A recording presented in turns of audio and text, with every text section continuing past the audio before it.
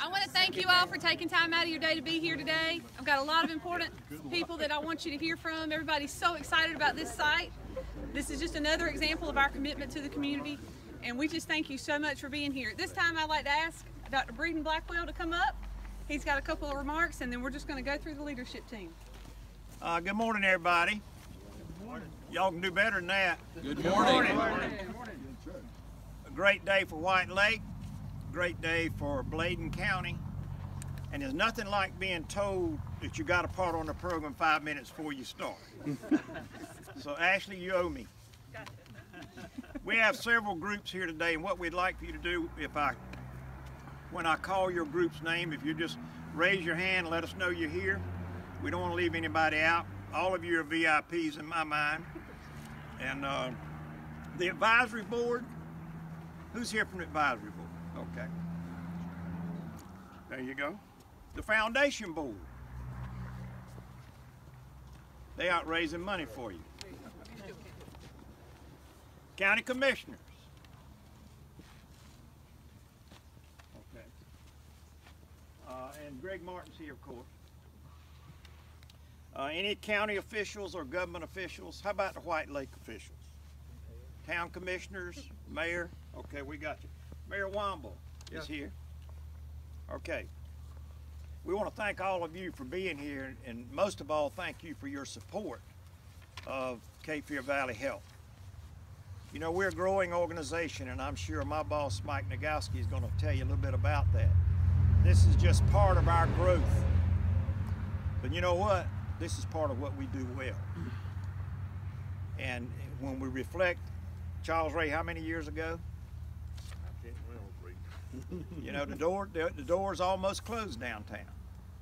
And we're real proud that we're partners with you folks, and y'all have gained from us, and we're truly partners. One thing I found out about the Bladen County negotiations, and I got in late, if everybody sits around and acts like a human being, and you're willing to listen, and you hear other points of view, many times you can work out any issues that you have. And the hospital is a true example of that, and now this is another true example of that. So we thank you for that. And we've got some other speakers. Mike's gonna follow me, Dan's gonna follow him, and then Dr. Wells will close us out. Thank you very much. Breeden, thank you. Again, I want to echo Breeden's comments. Thank you so much for being here. It is wonderful to see such a large crowd, but it's not surprising. Bladen's always been supportive of the hospital. You're very passionate about the hospital, and I hope you see that Cape Fear Valley is as well. You know, 10 years ago, we came and we partnered to help with the hospital. We're really proud of that relationship. On a personal level, it's been really special to me to see the progress that the hospital has made, and I think the example that Dr. Wells is showing here is that we're not interested in just being exactly what we are today. What we want to do is grow into what healthcare needs to be in the future, right? And more you're going to find that healthcare needs to expand beyond the hospital walls, right? So whether it's new facilities or new physicians in different parts of Bladen County, a facility like this helps match and meet the needs of the clinicians, right? We feel as if we've got world-class clinicians, but they've always not had the world-class facilities. So this facility here, with the rest that we have, helps bring all of that to the same level. We're really proud of what's going on here. We're grateful for all the support here from White Lake. We think this is the absolute right location. We think and we hope that the community supports this. So again, thank you very much for being here. Thanks for all the support through the years, and thanks for your support into the future. Thank you. You know, I was down here for several years and got to know many of you. So this is home for me.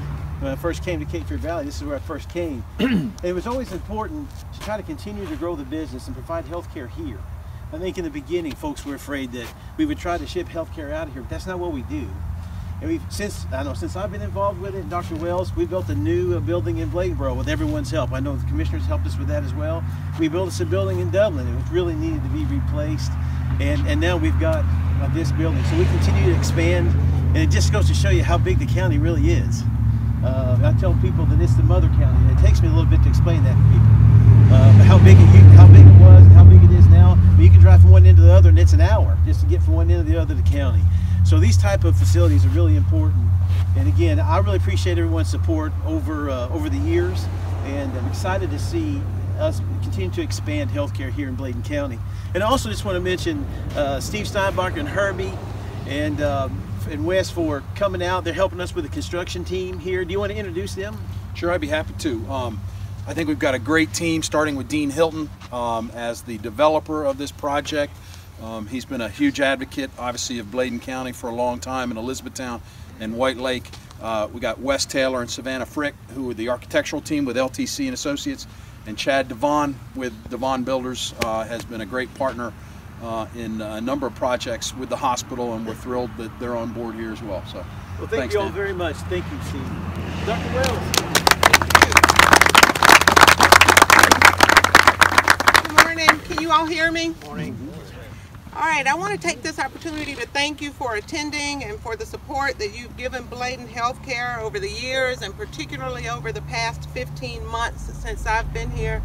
I think we've made some pretty phenomenal strides in our community regarding healthcare for the people in this county, and I think we'll continue to work to ensure that our citizens receive the highest quality of care close to home.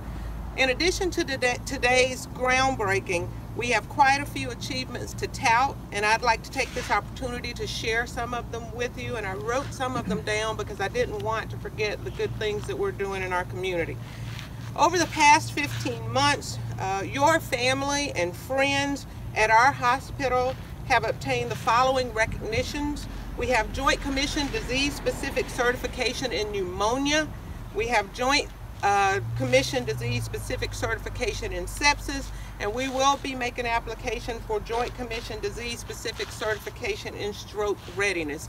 And what that means is that as clinicians, we want to make sure that we are providing evidence-based medicine to take care of our patients. And the Joint Commission, which is the body that is a regulatory body for hospitals, they give you that gold seal. They're the standard for care in America. And so we've been able to obtain 2 disease-specific certifications, and unless things have changed, we are the only critical access hospital in the nation to have those certifications. And I think that that speaks volumes about your family and friends who work in our hospital. And so we're very proud of that. We continue to grow our services, both inpatient and outpatient. We recently began telehospitalist services, which allows for coverage at night. A lot of you know Dr. Hoskins and Dr. Udizio were working very hard to make sure that we provided coverage 24/7. We now have state-of-the-art equipment, which allows us to have telehospitalist service at night, and they serve us during the day. Last year, we took care of 950 hospitalized patients, plus 370 observation patients, for a total of 1,320 patients in our hospital. In our emergency department, we cared for over 14,000 patients. In our clinics, and we just opened a new clinic in Clarkton and Hills Shopping Center back in April, and our total clinic visits for the last fiscal year was over 53,000 visits. We have general surgery, we have OBGYN practices. We delivered 202 babies last year. We reopened our sleep lab located at the hospital. We have 2 beds there, and we're performing sleep study tests at night. We have sleep medicine visits via telemedicine with our specialists out of Fayetteville, so people don't have to travel to Fayetteville for that initial visit. They can do that initial visit at our hospital. We are adding podiatry services with Dr. Pat Ricotta and his colleagues. We plan to begin scheduling that for next week. We continue to have our cardiac and pulmonary rehab services, and of course we have physical therapy, occupational therapy, and speech therapy available to our community. And those are just a few of the things that we have available. We recently received a $150,000 grant from the Cannon Foundation, which will be used to update our radiology equipment to the newest digital technology. Construction has begun in the hospital on that project. We'll remove and replace the old technology with the new technology, and we plan to have that finished in December. We continue to build relationships with other community partners.